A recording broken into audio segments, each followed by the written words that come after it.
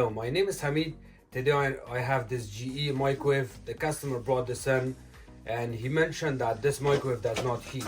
So today I will test it and I'll show you what needs to be done on it and see why it's not heating. For testing the microwave, I have this glass that indicates if the microwave is heating or not.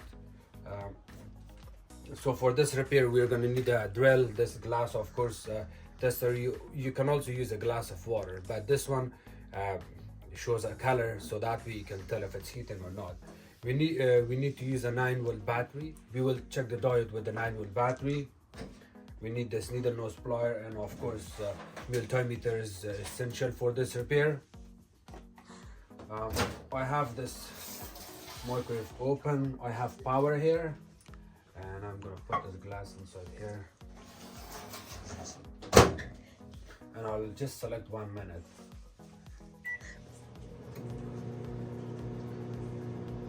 If it's heating, it's gonna light up there. It will get red.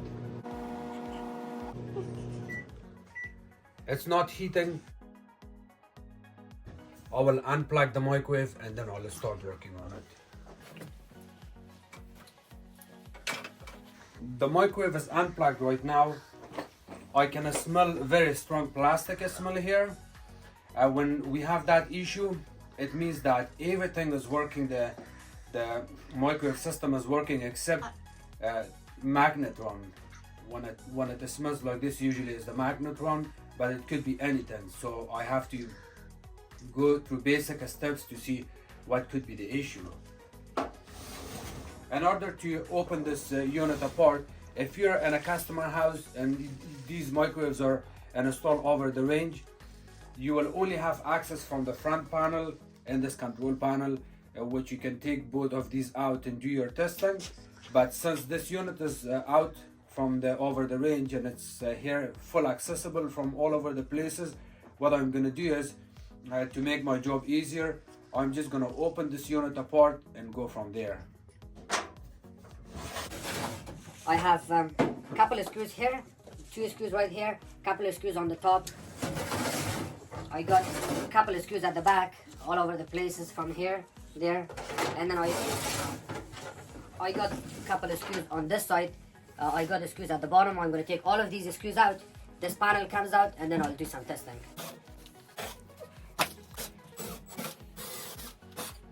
I'll show you one screw right here. You see this screw? This screw is holding this electrical wire in place, and I'm gonna have to disconnect this. There's one screw here that holds this part in place.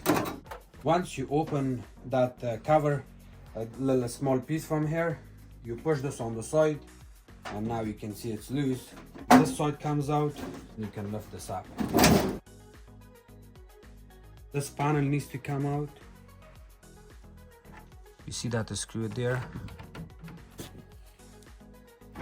And there's one screw here. This screw is missing already, but I can pull this screw out. That screw holds this grill piece, and then there's another one. The good part is that I can hear the magnetron running, transformer running, and it also smells. That tells me that all the micro switches are okay, but I'll show you just for fun. Screw out. And disconnect all of these wires from here. Take pictures if you don't know which wire goes where. Remember, the blue and white wire is facing that way on this, and this little small plastic also sits this way, so you're not going to make any mistake. Here's the time we want to stop for a couple of seconds and do the safety stuff here. We want to work on our safety. In order to be on the safe side when working on the microwave, even the microwave is unplugged, it can still kill you if you're not very careful with this. This is the capacitor. So before that anything happens, what you can do is disconnect these wires from the bottom. There's one wire here. Make sure to use an insulated needle nose plier or any kind of pliers. 2 wires are disconnected, and you wanna get your needle nose plier, just attach it together this way. the capacitor is getting discharged. I also have a video I'm showing how to discharge the capacitor. So there's two pins. You want to hook your needle nose plier on those two pins and just hold it together. So for example, these are the two pins. You want to hold your needle nose plier and attach it on both of those. This way you're discharging the capacitor, and then after that you're completely safe to work on this microwave. Those two pins, get your needle nose plier and attach it like this. Sometimes it makes a little bit of a spark noise, sometimes it shorts out together, sometimes it will not make any noise or a spark at all. These are the micro switches. When the microwave is not heating, usually these micro switches are the problem. By confirming these switches, you select your multimeter on the continuity test and then test each of these switches one by one. By disconnecting these wires, I disconnected this. You can test your switch. There's one pin here at the bottom, one on the top. Make sure you check your pins first. It's not making noise. I want this multimeter to give me a beep noise. That way it shows if it's working or not. There's one pin here, one here. I do not have any continuity. The moment I close the door, I should have continuity. I close the door, checking these pins. I have continuity. So that means my switch is okay. I'll plug in the wires back in, and I'm gonna check the second one.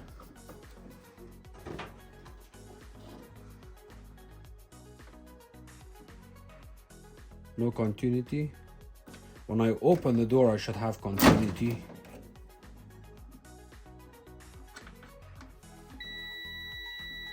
So that switch is also okay. And here's the bottom switch here. We're gonna check this switch last. The same thing, we're gonna check the pins on it. The door is open.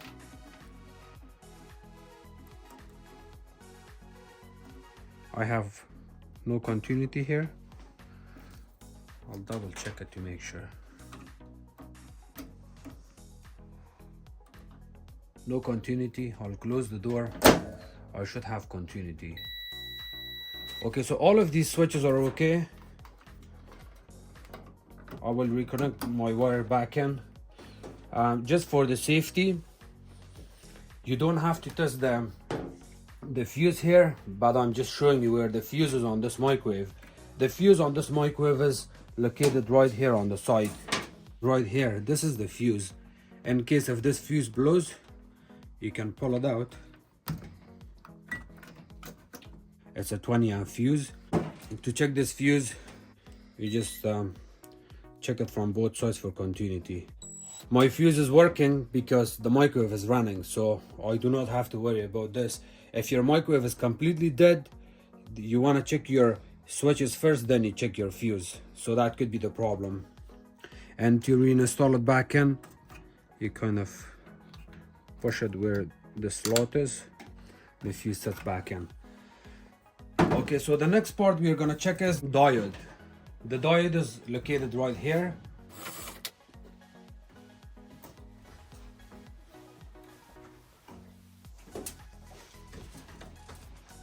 When you're removing the diode, make sure to put it on its same spot where you're pulling it out, because if you put this diode in a different place, you'll make a mistake and blow something else.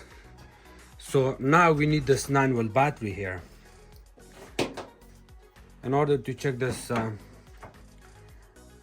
diode, what we're going to do is, this diode should give us reading only from one side. It should only give you reading from one side.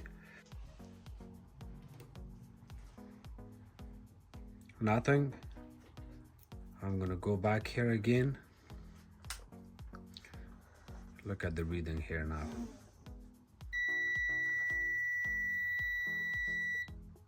see I have reading from this side, but from other side I do not have any reading. So this indicates my diode is also working okay. The next what we are going to do is we will check this capacitor. And to check the capacitor, we have to look at the reading on the side here. This capacitor is 0.86 microfarad. Select the capacitor reading on the meter. We want to read these two pins.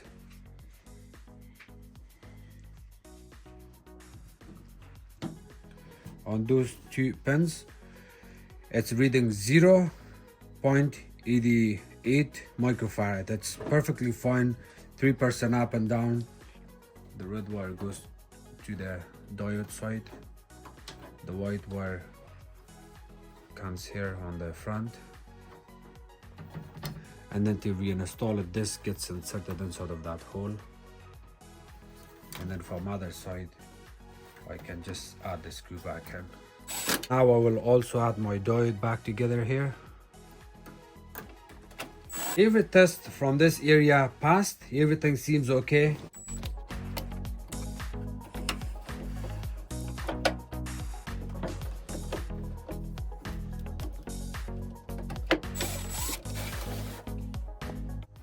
So as far as I know, whole system is working.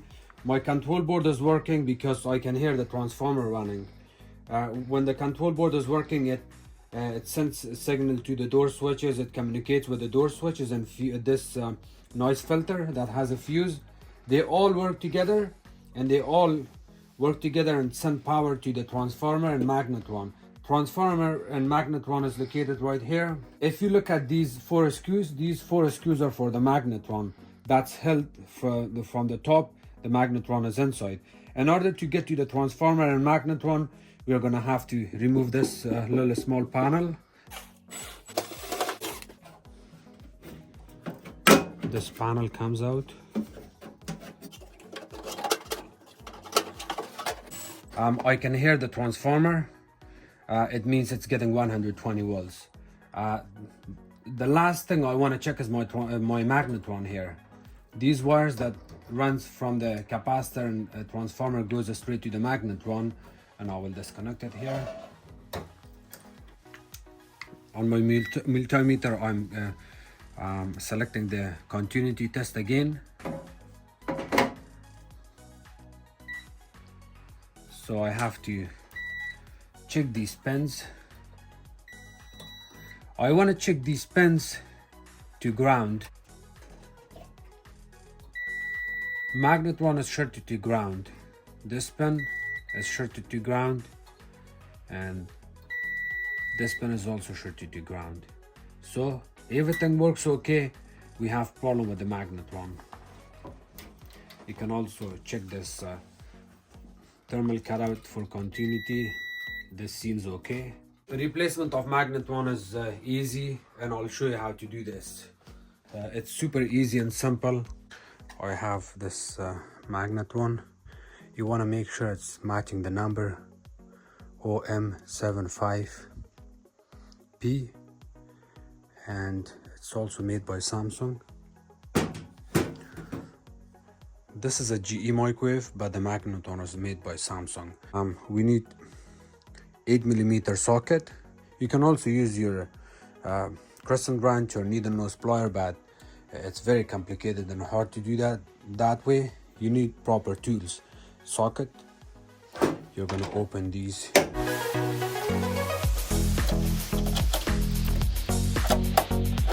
Once you open all of these screws, you disconnect this wire, disconnect your thermal cutout wires. You cannot follow the magnetron properly here. There's two ways you can do this. One, you're gonna have to tip the microwave on its back and then open this bottom panel, and then there's screws that hold the transformer in place. It's gonna turn out to be a big job if you do go that way, or you can go on an easy way by taking this screw out, this panel out.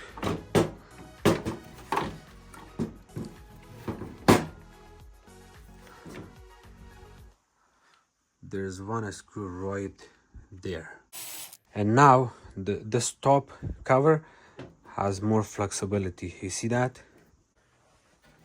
You lift this up a little bit, you see it's a little bit flexible now, and then pull out the magnetron.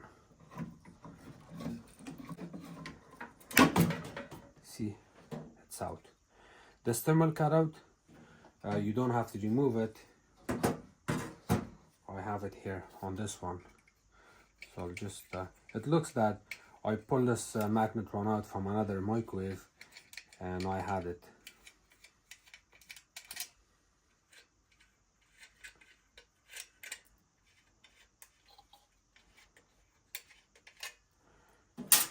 So before you install the new magnetron, the stuff you want to check is, please double check inside here to make sure there's no screw or nothing stuck. The same thing, look at these magnets, because when I got this microwave, this was stuck in here like that. If you install it that way, it's gonna cause the damage to the microwave cavity, or it can damage the magnetron again. Double check it from this side to that side with a flashlight. Everything seems okay and clean.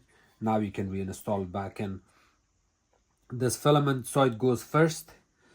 You hold it in this position, and then there's the hole right there. You want to line this up to that hole, and then these two screws, these two pins or screws goes into those holes.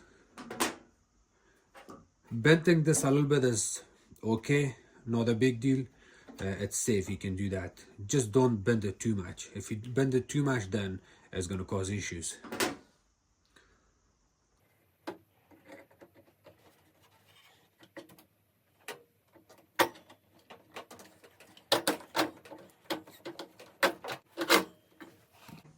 I will put my hand from the bottom, lift it up, the pins are coming out, and now I can add my screws. You can go zigzag.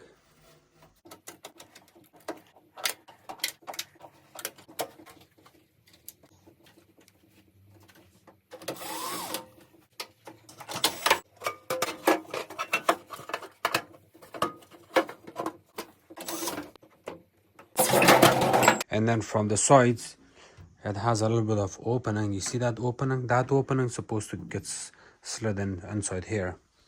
And the same thing on this side. So I'm not gonna put everything back together for now. I just put the cover here for the safety, and I'll do a quick test here.